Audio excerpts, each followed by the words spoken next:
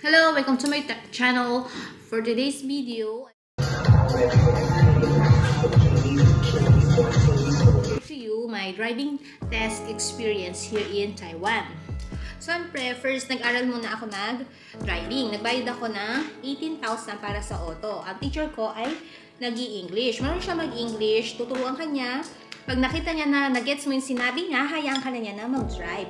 Hindi pala mahirap mag-drive, madali lang pala. Tapos,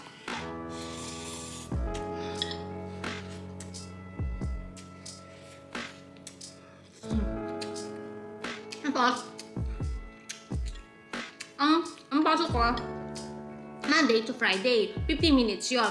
Yung 50 minutes na yon, magpo-practice ka lang na mag-drive. Simula, una niya ituturo sa'yo yung reverse and forward driving.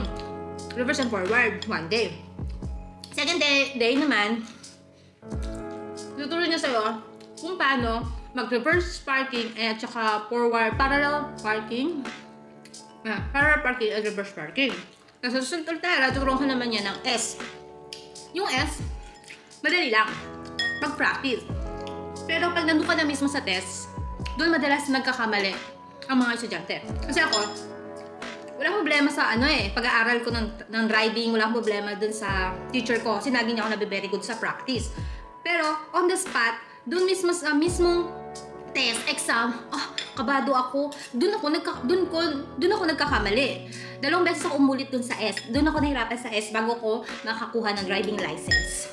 So, unang-una, hindi ka dapat nervousin. Ganon. Tsaka yung mga nagtetest kasi nagpa-exam sa amin, hindi marunong mag-English. Pero kailangan magsalita ka pa rin kahit na hindi nila naiintindihan yung sinasabi mo. Kasi kailangan mong i-demo kung ano yung ginagawa mo.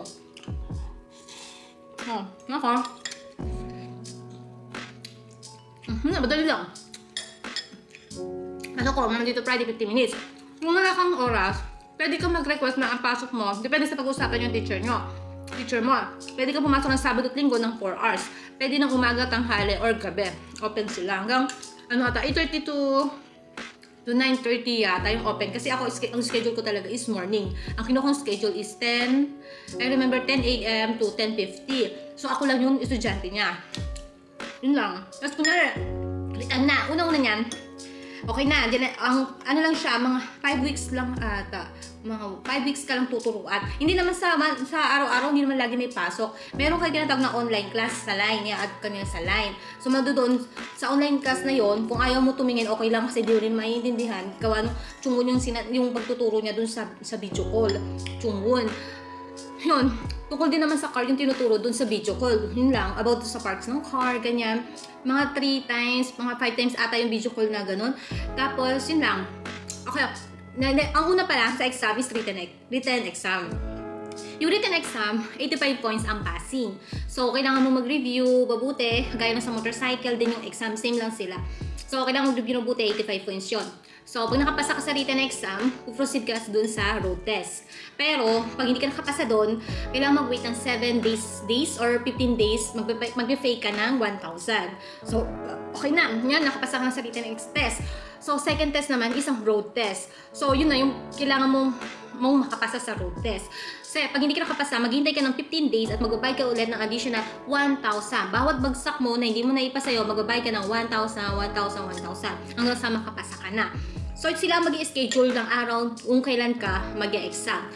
Kunyari, sa road test, hindi ka nakapasa, makikipag-usap ka dun sa front desk nila na bibigyan ka nila ng date kung anong date ka pwede. So, ikaw din yung mag-decide kung sa next test nila hindi ka pwede. So, doon ka nila sa susunod na buwan, ganyan. May mga schedule sila na araw ng exam. Yun lang naman. Tapos yun, ang road test kasi nila, dalawa. Loob at ang labas. Yung labas, magdadrive ka dun sa labas. May kasama ka iba sasakyan. So, you need to be careful talaga dun sa labas. Yun. Tapos maging familiar ka dapat sa roads, saka dun sa traffic control signal. Kasi dun sa traffic control signal, dun ako nagkamali. Kasi ang nakalimutan ko na mayroong traffic control signal na for 4 lights. So yung isa kasing, pag isang green lang siya, kunyari 4 lights yon.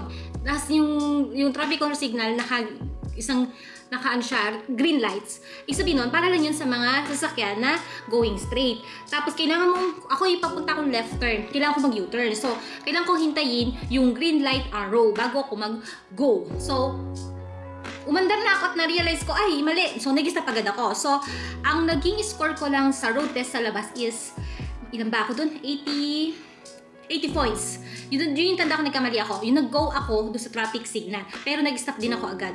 Kasi na-realize ko mali. Yun lang. Basta dun sa loob, ang problema ko naman sa loob na driving test is yung S lang talaga. Umulit ako ng 2 beses. So, nag-pay ako ng 2,000. Yun lang. Naka-stress din ah. Tapos, ano pa ba? Yun lang.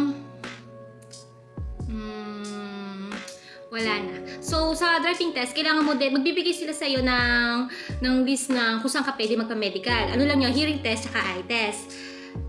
Tapos, pag okay na yun, magpapasa ka na doon, mag-enroll ka na, yun na, pag-usapan nyo na yung schedule. Ganun lang siya kadali. So, kunyari, nakapasa ka ngayong araw na to, bukas ng mga hapon, pwede mo na makuha yung driving license mo.